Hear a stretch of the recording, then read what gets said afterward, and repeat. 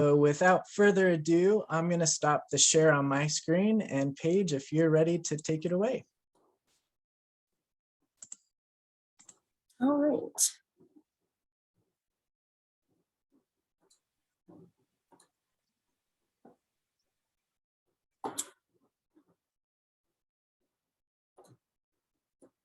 All right, thank you so much, Brian, and thank you to the Wild Farm Alliance for giving me a chance to present.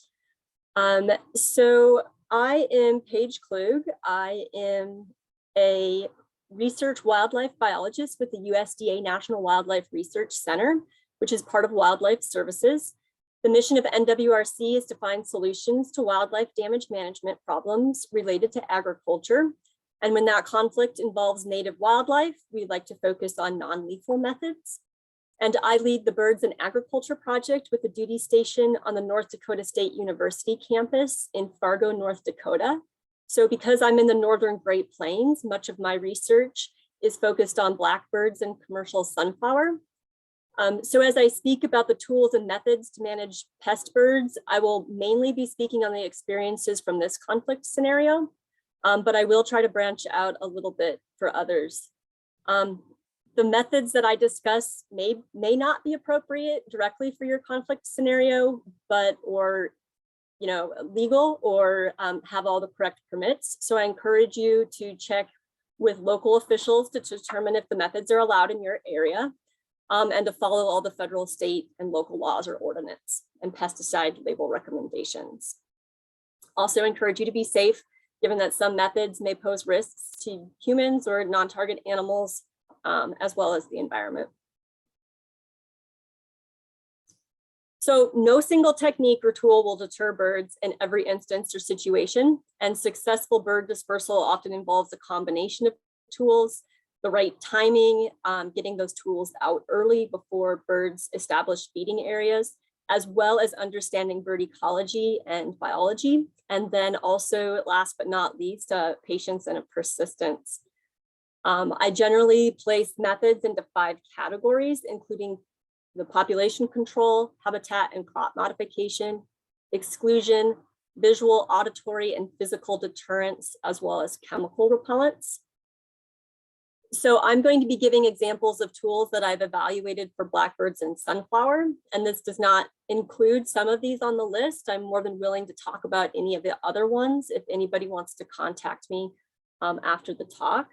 What I am not talking about would be population control and exclusion. Population control, of course, includes shooting, trapping, netting, avicides, fertility control, also passive population control, natural predators. Catherine Lindell will talk about natural predators, so I will not focus there.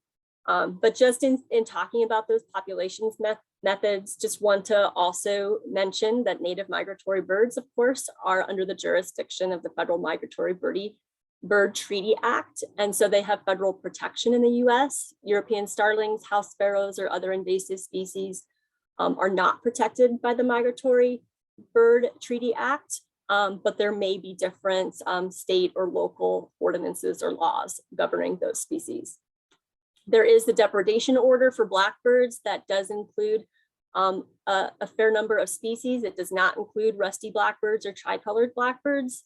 But when those species are found damaging or about to commit damage, or in numbers big enough to constitute a health hazard, then a depredation order can be effective. At the end of the year, of course, if you're going to do that, you have to submit your report to U.S. Fish and Wildlife Services.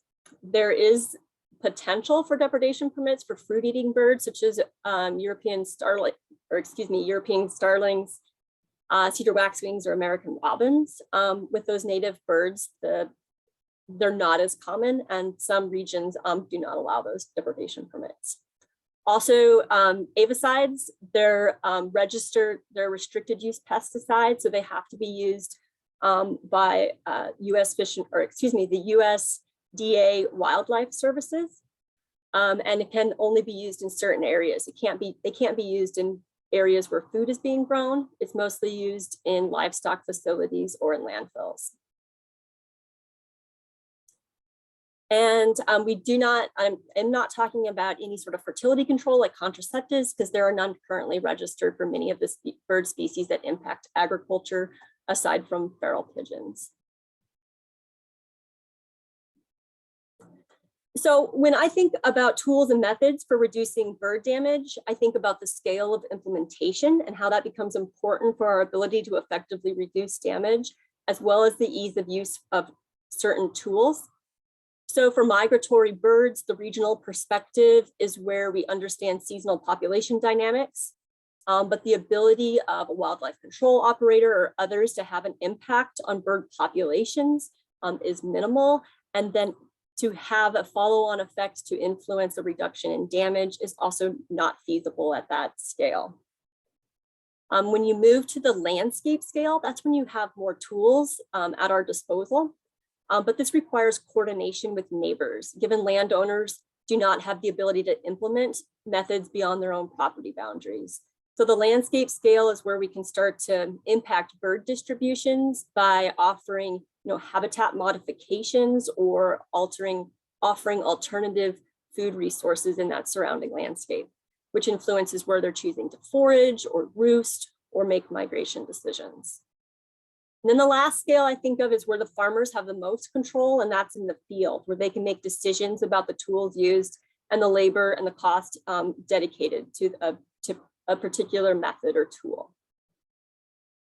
This is where frightening devices or hazing devices are deployed, deterrent devices. They can also be called chemical repellents are applied at this scale, as well as agricultural practices like decisions to advance harvest or other crop selection.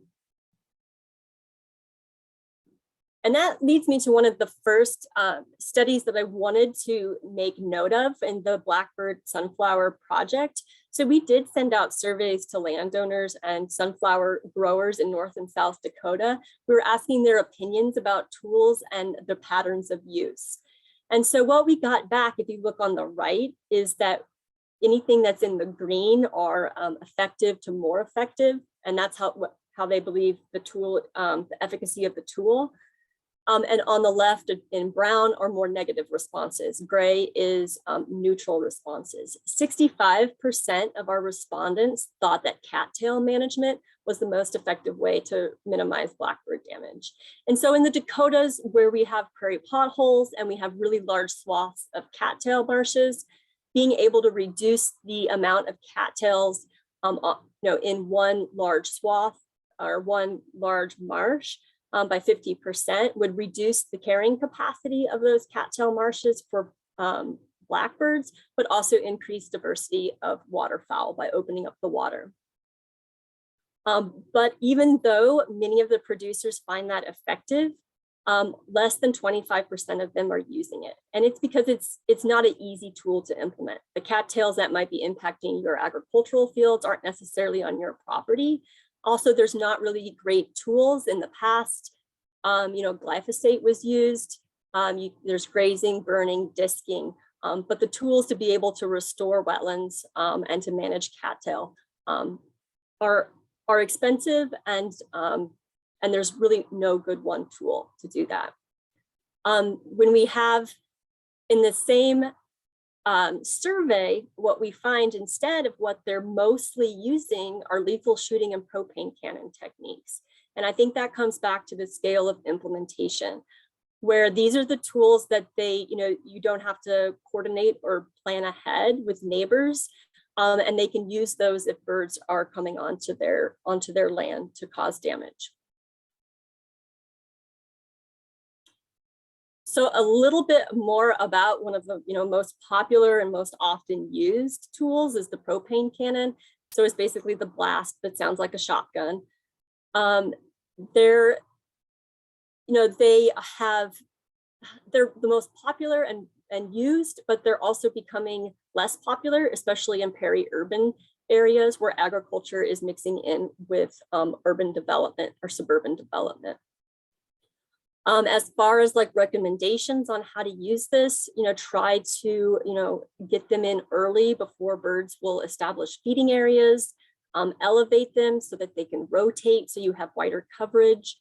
Fire cannons when birds are present, maybe early in the morning when they're starting to forage, and then turn them off later in the afternoon, and change them around and move them periodically. Past recommendations have said that you should deploy one cannon every 2 to 3 hectares. We did a study where we looked at startle response of red-winged blackbirds and brown-headed cowbirds, and we see that 50% of them startle, or 50% startle for the red-winged blackbirds at 150 meters, and for brown-headed cowbirds at 225. So that's suggesting that you probably need more cannons on the landscape than previously recommended, probably a cannon every 300 to 500 meters. So of course, in those big fields, that is a fair amount of propane cannons. Another tool that farmers or landowners can often relate to is chemical repellents. They're used to applying pesticides or chemicals for treating weeds or insects. So they're interested in chemical repellents. There's been a long history of chemical repellent evaluation from the lab and a little bit in the field. In the lab, there's been efficacy found to reduce consumption by using methylenthranolate, which is a contact irritant. So when it contacts the bird, it will irritate the mucous membranes and have them not want to eat that crop. Anthraquinone is gustatory, so it has to be ingested to have an impact. In the lab, though, a lot of times it's tested on these loose sunflower seeds that are completely coated with the residue of the chemical. When you move into the field, of course, there's application issues. And so being able to get the residue that you need onto the part of the plant is problematic. And so we had a study where we wanted to evaluate if we could still, in an aviary, see blackbird repellency when you spray at levels that could be achieved in the field. And if you look at the graph on the left, what you see is that we have a repellency that hovers right around 0 when you're spraying that pesticide on a sunflower face with under best possible conditions. So that the blackbird is not consuming less with treated sunflower than with untreated sunflower. When it's offered both of them, there's more of a difference between days in consumption than between the treated and the untreated sunflowers. So although pesticides might work on some crops and in some situations, really at foliar application, I wouldn't recommend any pesticides or chemical repellents that work for row crop agriculture. Also, another technique or another approach that is accessible to farmers is changing some agricultural practices. So these could include like not planting in vulnerable crops near roosting habitat or breeding habitat, planting larger fields so you spread the damage out, coordinating with neighbors so that you avoid early and late ripening fields, advancing harvest or delaying planting date, depending on what crop and which bird species you're dealing with. In this particular project, what we did is we were using weather radar to look at when red-winged blackbirds were at their peak numbers in North Dakota. So this was at one roost. And what we find is that over the last 10 years, the red-winged blackbirds or mixed blackbirds were showing up at that roost about mid-October to late October. And those peak in blackbird numbers could be as high as 1 million blackbirds in that one roost. And so the idea being that if farmers could advance their harvest date by planting early maturing varieties, and by advancing harvest, they can get the crop off the field before those peak numbers of blackbirds.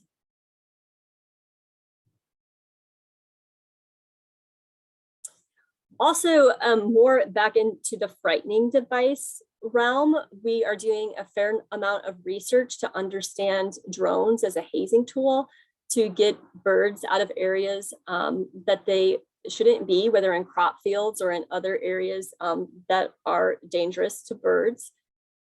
We have studies that have looked at individual responses of red-winged blackbirds to drones, as well as the response of large flocks in the field. So in our captive studies, we were evaluating red-winged blackbirds and their response to drones that looked like a predator or a raptor versus a fixed wing versus a quadcopter. And what we found is that individual red-winged blackbirds will alert sooner, more likely to take flight when they're responding to a raptor model than a fixed wing or a quadcopter. Also, when you're flying at individual red-winged blackbirds, they're more likely to take flight and to take more time to return to forage when you're flying at them directly as opposed to overhead. When you go out into the field, we did not find that platform shape mattered as much in the ability to get flocks to leave a field. What we found is that estimated flock size, field size, and time of day became more important. So with the time of day, we found that later in the day, we were more likely to find abandonment. That's probably because they had been foraging all day and were ready to go back to their roosting site. So really probably using drones in the morning is going to be more effective. Estimated field size, in North Dakota, we can get some really big fields. We had more success at getting flock abandonment of the field at smaller field size, and then declined as we got larger. It took more, they'd have to fly a longer distance to be able to leave a field in those larger fields. Also, and the last one we found to be really the most important is our estimated flock size. So the bigger the flocks, the harder it is to get them to abandon. And a lot of this, is not only, how close they are to an edge, but it's being able to get that number of birds out. And that anti-predator response when they're in those large flocks are to fly to the center of the flock. It's not to make a straight line distance to the edge of the field. I don't think that my GIFs are potentially not working, but basically what that video would have shown is northern harrier just splitting the flock, and then the flock splits, moves out of the way, and then comes back down. And that's the kind of the behavior that you get when you're in those larger flocks. Although, we were able to get about 52% of flocks to abandon, and those flocks that did not abandon had an average reduction of about 13% of the birds. 81% of the birds or the flocks did return within 15 minutes. And so we're moving forward with drone research to really try to understand what sort of repeated pressure from drones is needed to be able to cause a more of a permanent abandonment. But also, can you add other tools to that? Can you, add propane cannons, distress calls, something else that's going to make a single drone have more of a negative stimulus. All right, that was like a really quick overview of some of the management tools. I did not go over everything on the list, but like I said, I'm willing to talk with anybody about any of the other approaches. Just as the take home, it's the integration of multiple complementary methods is preferred to a single technique in isolation. If you can have some habitat management that provides a longer term protection and will enhance efficacy of other control tools that you're trying at the field scale. And just a quick thank you to everybody who works on the project. And I believe that the quiz questions will come up now. Amazing. Yes. Thank you, Paige. So the poll should have just appeared on your screens. Also, if you minimized it earlier, you might have to just go back to your Zoom toolbar and click on that polls icon. So while you're answering just a couple of those questions, which again, those are not graded, we're not going to submit those answers to public or anything. That's just to make sure that the wonderful information that Paige covered, hopefully we're ensuring that you were able to pick that up. And in the meantime, there was one question that was asked. And of course, reminder folks, feel free to ask as many questions as you want in the chat. because we will answer them both live today and also afterwards with a Q&A sheet to whichever ones we don't get to. But the question currently from Colleen was, are there any efforts to reduce or stop distributing sunflower or canola seed as home use bird food? Let's see, so are there any efforts to change bird feeding to not include sunflower? Right. I think that connection of, are they being habituated to this source of food? And then maybe is that connecting over to their access to farms? I think, some people will get red-winged blackbirds at their bird feeders. And of course, grackles, I think will show up at least at my feeder. But, you don't see the numbers of red-winged blackbirds at bird feeders. So I don't think that they're necessarily habituating in that way. And a larger part of, if of the sunflower that's grown in the Northern Great Plains does go to bird feed and seed. And so, I don't see that there's a change in using sunflower. I mean, it's the thing to use if you want to feed birds, right? Right. As opposed to, if you do just straight oil seed, as opposed to, millet or other things, you're gonna, there's not as much mess and stuff too. So I don't think that is probably changing. I don't know if there's also I've heard that there's a decline in the public's interest in bird feeding. So I don't know if that declines in any way. But, a lot of producers are like, well, we like to feed the birds. We just want them to pay for it. Right. So before it happens, and it would be great if you could, come up with some way of, bird friendly sunflower that, you can support, those birds that are in the wild and in the fields, as well as on your bird feeder. Yes, wonderful points. So yeah, thank you for that question, because it did bring up kind of maybe some questions of why is sunflowers being grown for seed? Is it just for human consumption? And you made that wonderful connection that it's not just for humans, but for birds at our homes as well. So we're gonna end that poll now. It looks like most of you were able to complete that. And Paige, if you wanted to just quickly cover what the correct responses were to those questions. Right. So both of them were all of the above. And it looks like most people got that. So yeah, not growing vulnerable crop near habitat in North Dakota, that's not growing sunflower near really big cattail marshes. Coordinating with neighbors to increase the amount of vulnerable crop on the landscape, that maybe is a little less straightforward, but that's the idea that if, everybody's growing sunflower in that rotation, that you can spread damage out. So, everybody could have maybe less than 5% damage and not one person gets hit really hard. Altering the planting time or harvesting time, the idea of, can you get the crop off before you reach peak blackbird numbers?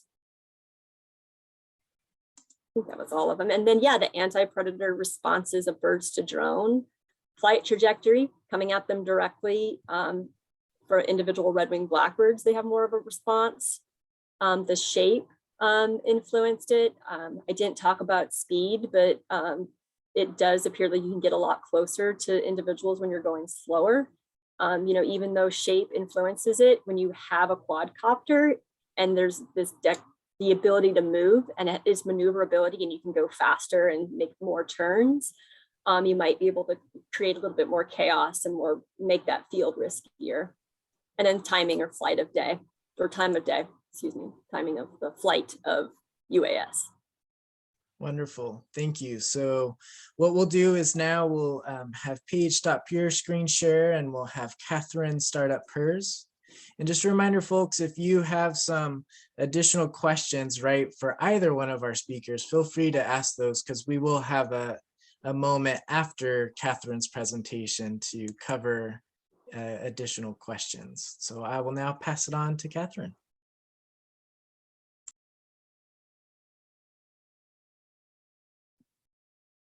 Hi there. Thanks very much for having me. Yeah, so I'm Catherine Lindell. I'm an associate professor at Michigan State University in the Integrated Biology Department and Center for Global Change and Earth Observations. And my students and I look at the roles of birds in managed systems like agricultural systems. And it's really nice to be able to share this time with you today. So I will start sharing here. This is a sweet cherry orchard in Michigan. I'll also mention I'm a lot less disciplined than Paige, so I have a few more slides to move through here. So we'll be talking briefly about managing and coexisting with birds, and particularly attracting American kestrels to orchards, which is work that we've been doing for the past 10 years or so. So you're all familiar with the types of damage that gets done to your crops or the people that you work with. So here's some various bird damage to apples and grapes. We have a lot of blueberries in Michigan, so bird damage is a big problem. And also we have a lot of sweet and tart cherries, which birds like as well. So damage is clearly a big problem. Several years ago, we collaborated with some people. We had some funding from USD, the Specialty Crop Research Initiative program, and our colleagues at USDA National Wildlife Research Center, including Stephanie Schwiff and some of her workers, did a survey of growers to try to estimate what they were spending to try and protect their crops from Michigan and what they were estimating their damage was. And so you can see, this is just the data for sweet cherries in 5 states here: California, Michigan, New York, Oregon, and Washington. And you can see that they were spending a lot per acre trying to keep birds out of their crops from damaging their crops. And they were also estimating their current damage as anywhere from 5% to 31% here in New York, where there's a lot of small fields. So that's a lot of damage, and it translates into a lot of money lost. So this is the problem that we're trying to solve here. I'll just mention also that they asked growers, if you didn't do anything to try and deter birds, what kinds of damage levels would you have? And that's in this column here, the low estimate. Okay, so you can see it gets really high in some cases. And then the high estimate was that if neither you nor any of your neighbors did anything. And so the estimates were that they were going to lose a lot more than even they were currently losing with their current efforts. So this is a costly problem. Fruit producers in these 5 states estimated the cost at nearly $200 million for these 5 fruit crops. So that's just not other crops, not other states. So it's a costly problem. So Paige covered some of these strategies that you might consider given your particular context. So scaring devices, barriers, and what we're going to talk about specifically today is cultural management with regard to increasing natural predators. So this is the predator specifically that we'll be talking about. This is an American kestrel, and it's a male that you can see here. The females are a little bit different, but they are the smallest falcon in North America, and you can see that they're extremely handsome. And I will give a lot of credit here to my former student, Megan Shave, who did a lot of the field work and write-up of this work and also designed some of the equipment that we used. So this is the range of the American kestrel, just so you can get a sense here. So this kind of pink-orange color is where they are breeding residents. So that means where they are during the spring and summertime, and then they'll migrate out of the area. I will say some of this is changing a little bit. I'd say there's some that stay year-round in southern Michigan here these days. But in a lot of North America, you can see that they're a permanent resident, this pink here. So depending on where you are located, you may or may not have bigger populations of kestrels or not, but they are widespread, a widespread species. Now, these are data from the American Kestrel Partnership. And what these colors show you is where the species, the American kestrel, is declining. That's all the area in red. And these are significant declines. The orange areas are where they have an uncertain trend in their population. And you can see there's only a couple areas that are in green where their populations have been increasing. And it's a statistically significant trend. So you can see over a lot of North America, the species is declining or the trend is uncertain. And so when you're trying to perhaps manipulate kestrels to using some land that you own, you could also be potentially helping their conservation by providing these nest boxes. So we started out doing work in northern Michigan here, and I'm going to call it cherry land. There's a lot of sweet and tart cherry production in this area. And we had heard when we started this project that growers out in Oregon growing blueberries were using Kestrel boxes. And at first I was pretty skeptical because I thought, you know, Kestrels don't eat a lot of birds, so how would they help to deter birds? But we thought it was worth a shot. So we ended up putting boxes for Kestrels in some sweet cherry orchards and tart cherry orchards. So this is what the boxes look like. They're on these, we put them on these towers. You can also put them on utility posts. And just keep in mind, this is a species that will use cavities. It likes to nest in tree cavities and things. So it's not like you can attract any bird with a bird box, but this particular species, they are susceptible to being attracted with boxes. They like having that cavity to nest in. And here I will say is some really terrific habitat for Kestrel. So here's a sweet cherry orchard over here. And then you can see there's a lot of short grass over here. So they really like short grass to hunt in. And they can also hunt in some crops depending on how much open habitat there is. Some people put the boxes in tree lines or on a patch of a woodlot. You do make them susceptible, I think, to starlings in those cases, because starlings will also use Kestrel boxes. So you know, they can use a mixture of different habitat types, but they really like this open habitat. So if you've got an orchard or a system near that, that gives them some place to forage. So we put these boxes up, and I have to say this was like one of the best projects I'd ever done in my career, because we put these boxes up and they were almost all occupied by Kestrels, and they almost all had eggs. It was really terrific. So they laid eggs, and then they had, you know, they developed into fledglings, eventually leaving the nest. And here's some of the equipment we used to track them. So Megan, you know, looked at some old instructions online and found a way to be able to check their nests with a camera and a cable and a little screen down here. And we looked at, with cameras that we put in the boxes and outside the boxes, the types of things that they were eating. And so we caught pictures of them. They ate a lot of insects, it turns out. And they also ate a lot of mammals, and almost all these mammals are going to be pests. And they also ate some birds, not quite as many as the other, but we were surprised the degree to which they ate birds. So they're eating all these species that are potentially pest species. Now, I will say they're not all pests. Now, the mammals are pretty much all pests. And so this was just a back of the envelope calculation we made. If 16 Kestrel pairs are raising young for a month, the nestling period's about a month, how many, you know, removals are they making from the environment? And you can see they're removing over 1,100 mammals, almost all of which will be crop pests. They're also removing lots of insects, and they're removing lots of birds. And some of these will also be pests as well. Okay, then my student Megan actually did some surveys to look at, you know, they're eating some birds, but maybe they deter them even if they don't eat a lot of them. So she did these transect surveys walking through orchards to see what the abundance of fruit-eating birds was in orchards where there were kestrels or where there were not. And what she found is that in sweet cherry orchards, that's these two boxes, and in tart cherry orchards, in both cases, when there were kestrels actively nesting, then there were fewer pest fruit-eating birds in these orchards. And so that was a statistically significant difference. So the kestrels seemed to make it so that there were fewer of these fruit-eating birds in these orchards. Again, with work that we did with our economist colleagues led by Stephanie Schwiff, they could use the data that we came up with, you know, how many fewer fruit-eating birds were there in these orchards, and they could combine it with some economic data that they had, like price and production data. And we estimated based on this, what are the reverberations through the economy, the potential reverberations of putting up kestrel boxes and them reducing the number of sweet cherries that are lost. And you can see that over 5 years, we estimated between 46 and 50 jobs could be created because there'd be more fruit in the system.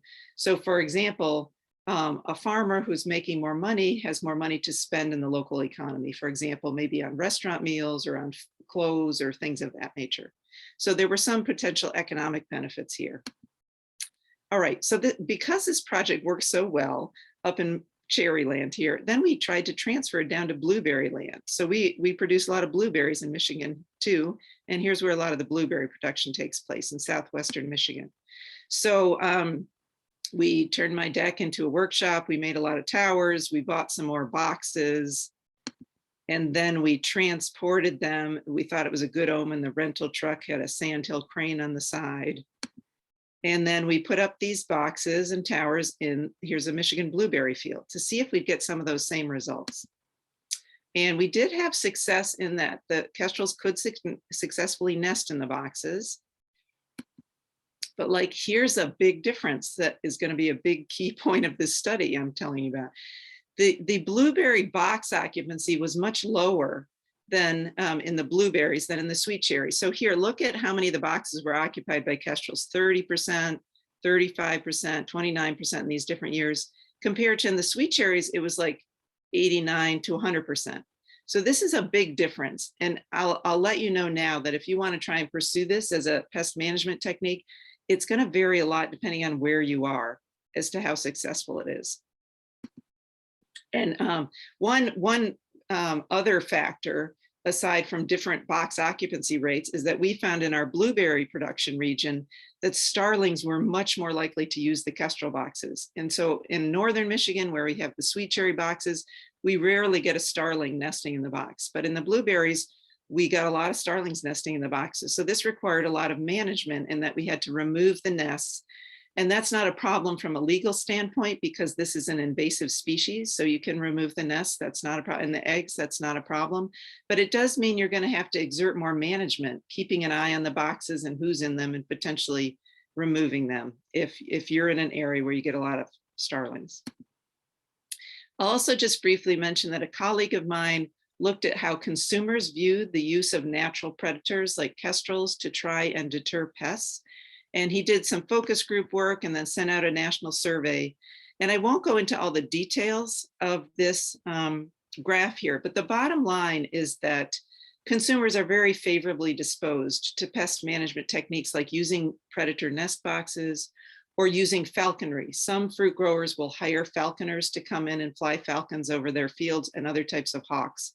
And, you know, consumers said they were willing to pay more for fruit produced with these types of management techniques compared to, for example, the methylene sprays that Paige mentioned. And the positive feeling toward this, or the willingness to pay, was as much as it is for fruits and produce of local origin compared to from far away. Okay, and so we do encourage growers, if you're going down this route, to let consumers know about it.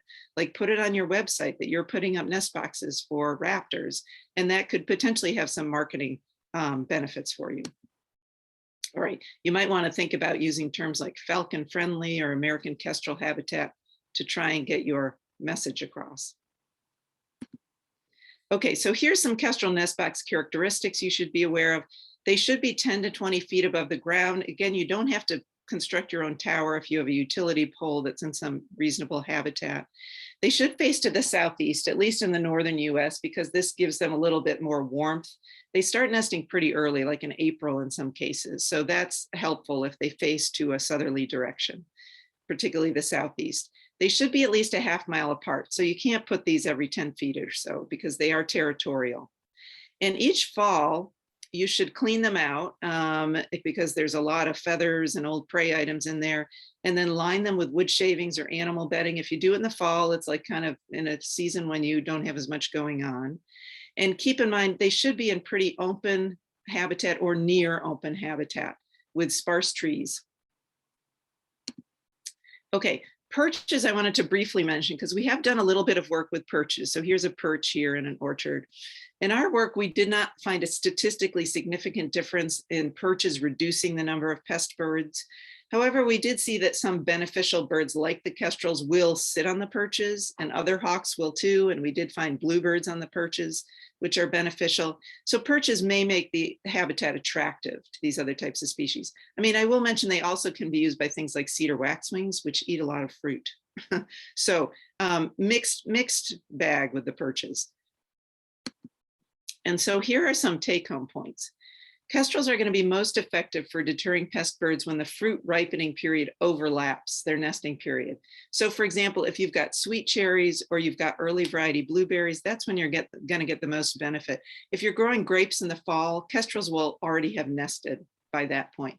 Though earlier in the season, they can also take insects, which may, pose damage to the foliage in vineyards, for example. The kestrel nest box occupancy really varies from place to place. So you're going to have to see, if you want to try this, how it works in your particular part of the country. And then starling management may be necessary depending, again, what your region's like, how many starlings you have, and if they tend to use the boxes. An important point is that kestrels and rodenticides do not mix. I mean, this is a real issue, as most of you know, I assume. You don't want to get any non-target organisms if you're using rodenticides. So that's an important thing to be aware of. Perches may help somewhat in attracting predatory birds, but not as helpful as the boxes. And then, as Paige mentioned, multiple management strategies are going to increase your success in deterring pest birds. So you can't rely on just one tool, but you have to think about several and which ones work best for your resources and your farm. Oh, I'm going to skip over this point. These are bluebirds. They're also beneficial birds. And then I just wanted to thank all the researchers that have been involved in this work over the years, and also our funding sources and all the growers that we've worked with as well. So you want to put the poll up now, Brian? Yes, thank you, Catherine. So the poll should be up on your screens now.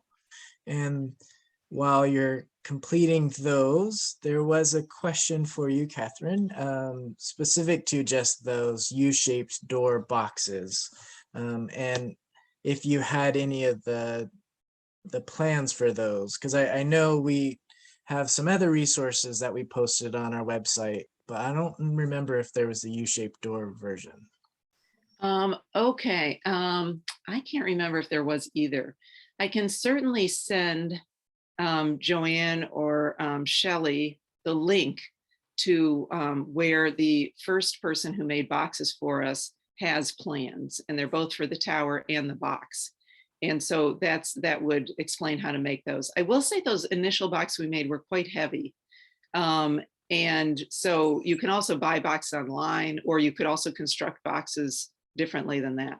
But yeah, I can make that link available, after the talk.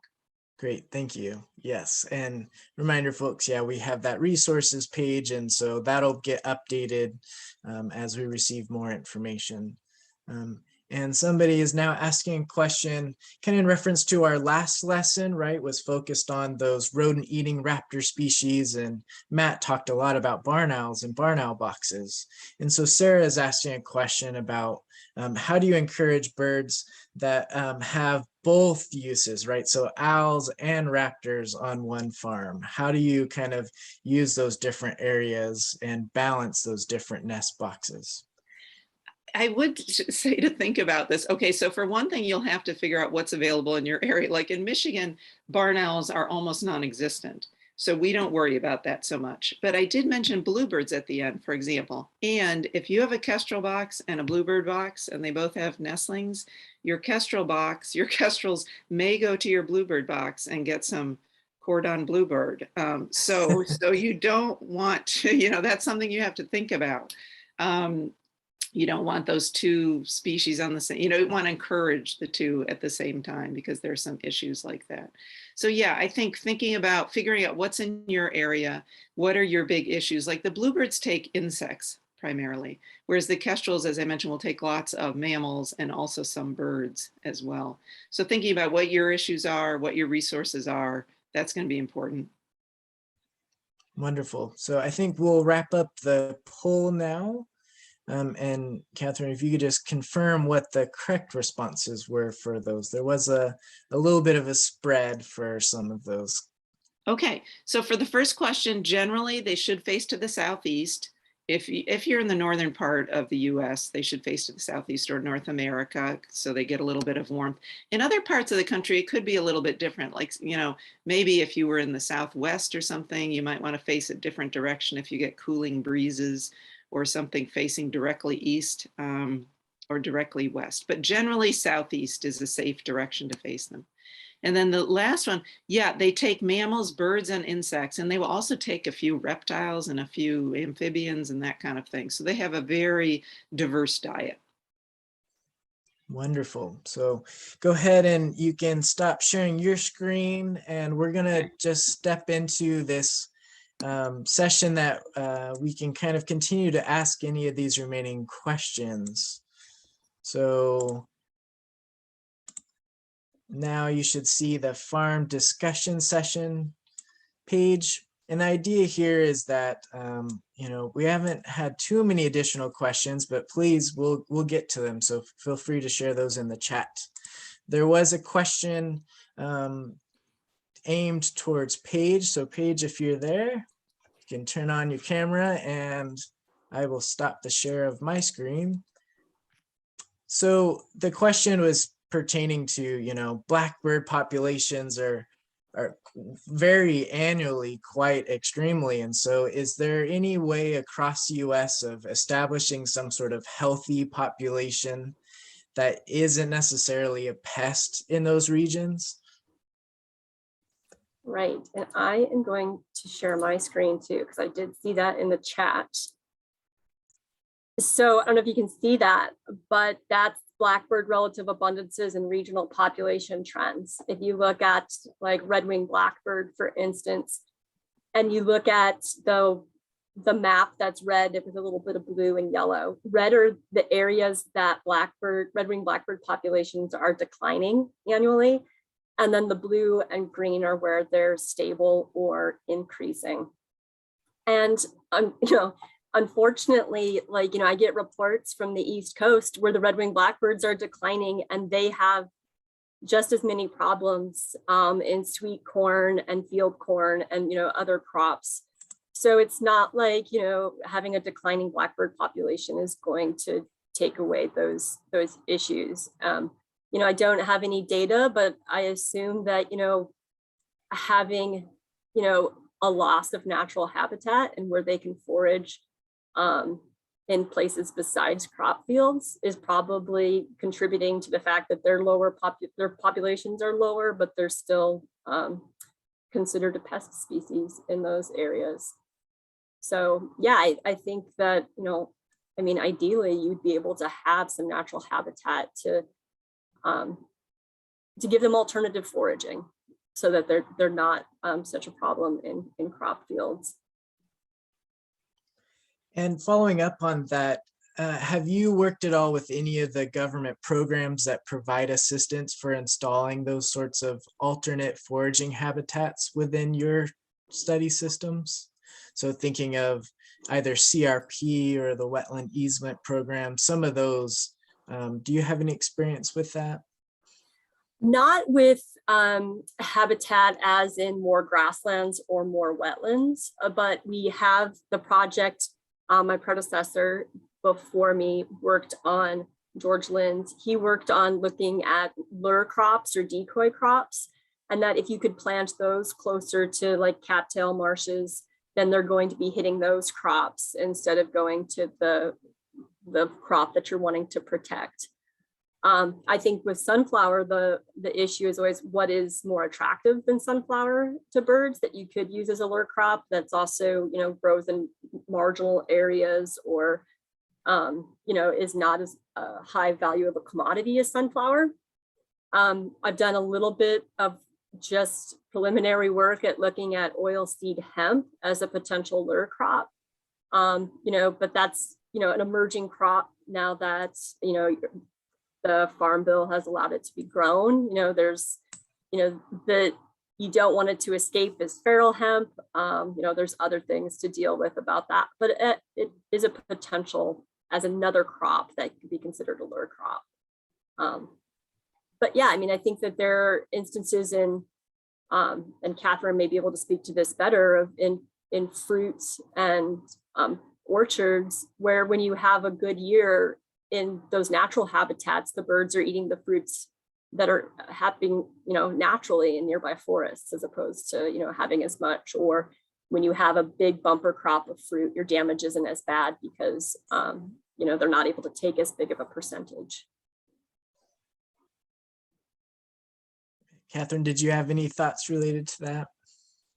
Yeah, Paige really just spoke very well and just explained what happened. So, I mean, in high yield years and in any situation where you've got a lot of yield, like really big fields and things, first of all, the damage is going to be more dispersed and it's going to be a lower percentage of your overall crop. And also, given that it's dispersed, it may be harder to have bird management techniques work because it's so dispersed. So when you've got these high yield contexts, you probably do not need to exert as much effort in bird management as you do in low yield contexts where they're going to take a higher percentage of the crops.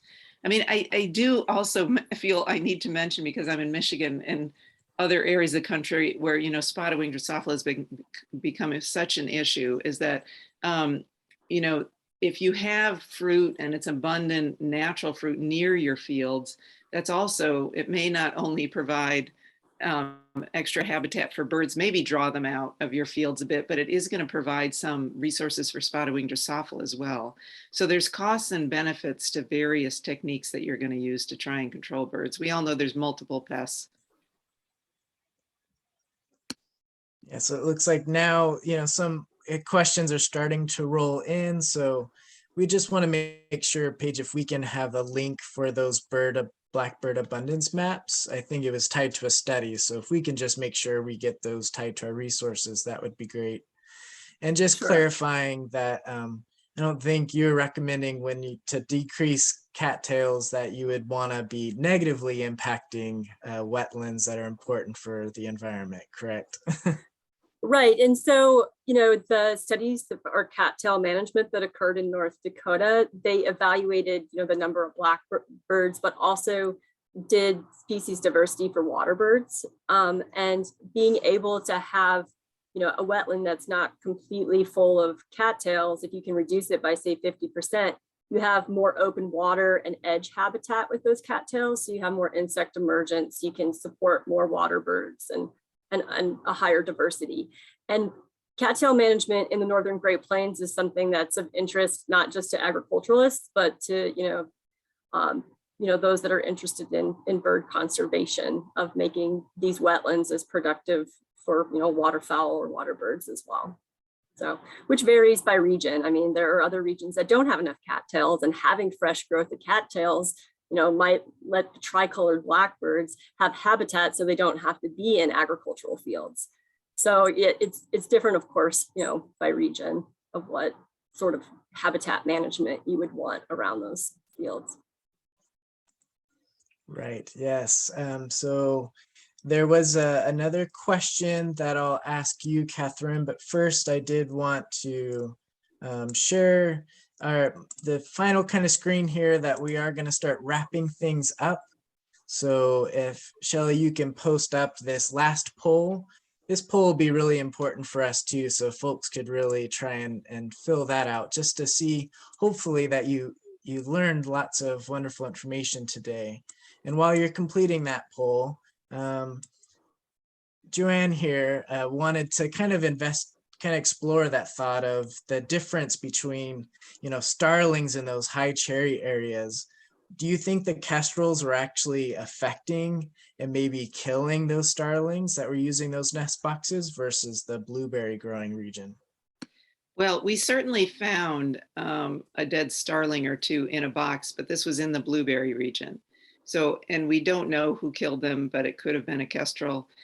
We're not sure why we have this big difference. I mean, I suspect that in northern Michigan, the starlings can't get started nesting earlier because it's colder.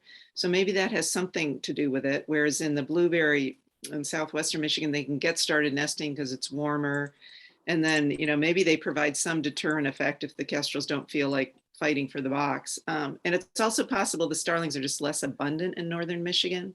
But I do feel like that's one of the most striking things of our study, is that, you know, we put them up in northern Michigan and it was like, you know, it seems like the best habitat for kestrels, lots of occupancy, and just, you know, a few hours south, much different story. So there's a lot of geographic variability that people will have to explore.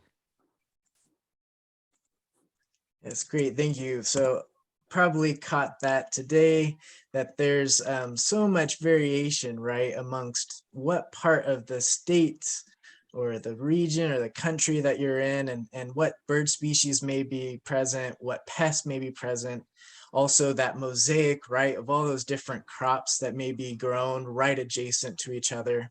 So did either of you have any kind of just final takeaways? I think you both did a wonderful job already within your presentations of doing that.